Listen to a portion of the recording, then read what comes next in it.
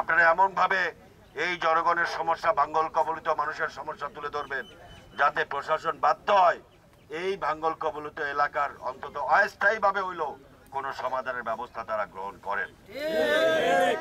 আর যদি তারা এক সপ্তাহের মধ্যে কোনো ব্যবস্থা গ্রহণ না করেন, আপনাদেরকে আমরা বরিশালে গিয়ে প্রয়োজনে ডিসি অফিস আমরা ঘেরাও করব।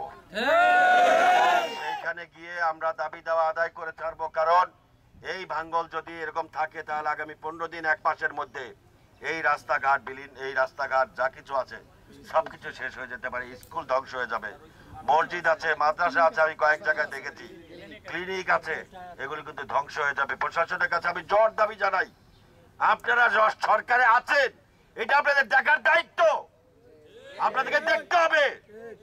তা না হলে আপনারা কেন দেশ চালান? তা না হলে কেন আপনারা সরকারে আছেন? আপনাদেরকে এই 2-3 দিনের মধ্যে এই এলাকায় স্পটে এসে পরিদর্শন করে মানুষের সমস্যা সমাধানের চেষ্টা করুন।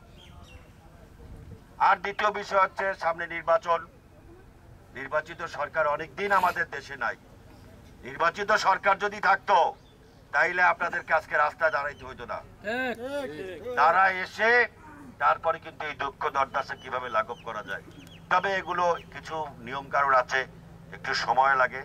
আমি আপনাদের এলাকার সন্তান হিসেবে আমি ওয়াদা দিয়ে গেলাম, বিএনপি যদি রাষ্ট্র ক্ষমতায় আসে, কে এমপি হলো কে মন্ত্রী হলো সেটা আমার দেখার বিষয় না।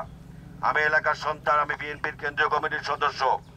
আমি চেষ্টা করব আমার নেতা জনাব তারেক রহমানকে বুঝিয়ে এই এলাকায় স্থায়ীভাবে এই ভাঙ্গন প্রতিরোধের ব্যবস্থা করার জন্য। আপনারা শুধু পাশে থাকবেন আর দোয়া করবেন।